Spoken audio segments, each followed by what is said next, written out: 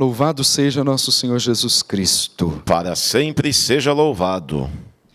Caros irmãos e irmãs, o Evangelho de São João, capítulo 6, começa com um grande sinal, que foi a multiplicação dos pães e dos peixes. 5 pães e 2 peixes, Jesus alimentou uma multidão imensa de 5.000 homens. Estes pães e peixes multiplicados chamou a atenção de tal forma de uma grande multidão que começaram a seguir Jesus. Alguns, talvez, impressionados pelo milagre da multiplicação dos pães e dos peixes. Mas como é próprio da linguagem do milagre, o milagre tem por detrás uma linguagem. Qual é? Todas as vezes que Jesus fez um milagre, esse milagre tinha como objetivo que a palavra fosse anunciada, para que, recebendo a palavra, abraçassem a fé e então fossem salvos. Isso acontece com todos os milagres apresentados nos evangelhos, nos Atos dos Apóstolos e assim por diante. Chama a atenção. E aí, como Jesus não é um milagreiro, não. Então o que ele faz? Ele anuncia a palavra, porque é fundamental isso. Ele realiza um milagre e anuncia a palavra. E noutras ocasiões acontece que a palavra é anunciada primeiro e como consequência do anúncio da palavra, o milagre acontece. Mas nunca sem ter a palavra como centro, porque é a palavra que salva, a palavra de Jesus, a adesão a essa palavra que salva. Pois bem, depois então dessa multidão acompanhar Jesus, talvez impressionadas com o milagre da multiplicação dos pães e dos peixes, Jesus aproveita para dar alguns ensinamentos fundamentais que desembocarão depois lá no último versículo do capítulo 6, quando os discípulos compreendem, e não todos, porque uma grande multidão vai embora, mas Pedro e os demais compreendem, dizendo: Senhor, a quem iremos nós? Só Tu tens palavra de vida eterna.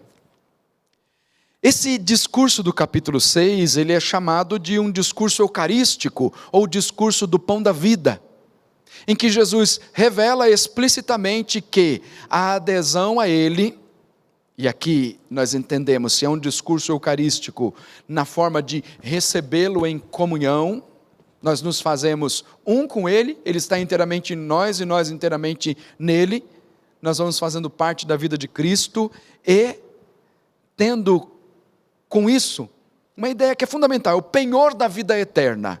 Este santo sacrifício, ele vai nos garantindo a graça da vida eterna. E aí, depois que Jesus diz que o pão verdadeiro não foi aquele pão que no deserto os antepassados receberam. Nossos pais comeram maná no deserto, como está na Escritura, pão do céu deu-lhes a comer. Aquele pão foi importante naquele contexto, sem dúvida alguma, matou a fome daquele povo, mas era para saciar a fome do corpo.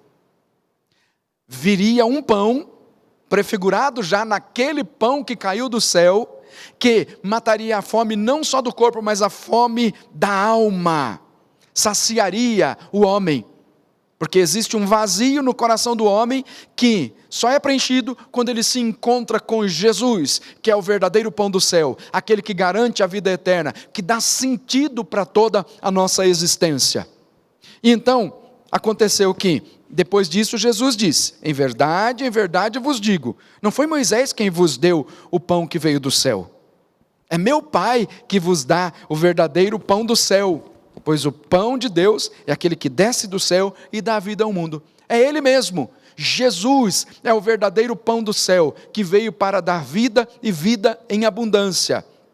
E no mesmo Evangelho de São João, essa expressão é usada: eu vim para que todos tenham vida e vida em abundância. Essa vida começa a se realizar aqui neste tempo presente, mas sempre com essa ideia, é penhor da glória futura, porque nós não temos aqui neste tempo a nossa pátria definitiva. Nós estamos passando um tempo aqui, estamos exilados aqui neste tempo, aguardando o dia feliz do nosso encontro com o Senhor. E o que nos garante esse encontro com o Senhor é este pão verdadeiro que desceu dos céus, e que é Jesus, que é conhecido também como o nosso companheiro de viagem. É muito interessante isso, porque a palavra companhia, ela é resultado da aglutinação de duas palavras em latim, cum panis. Isso quer dizer com o pão, na companhia de Jesus eucarístico. Jesus, o verdadeiro pão do céu, nós caminhamos rumo à nossa pátria definitiva, que é os céus. Alguém disse a Jesus: Senhor, dá-nos sempre desse pão. Se você voltar lá na multiplicação dos pães, você vai perceber que Jesus multiplicou os pães, alimentou aquela imensa multidão, e ainda dos pedaços que sobraram, recolheram para que nada se perdesse, nada se perdesse.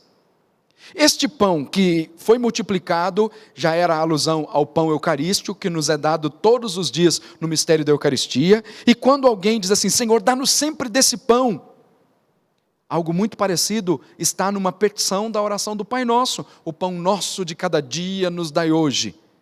É uma referência para falar, nós precisamos do pão cotidiano que mate a nossa fome dia após dia. É verdade, sim, o pão nosso de cada dia nos dai hoje. Mas também é uma referência para dizer, não nos falte o pão da vida que é Jesus.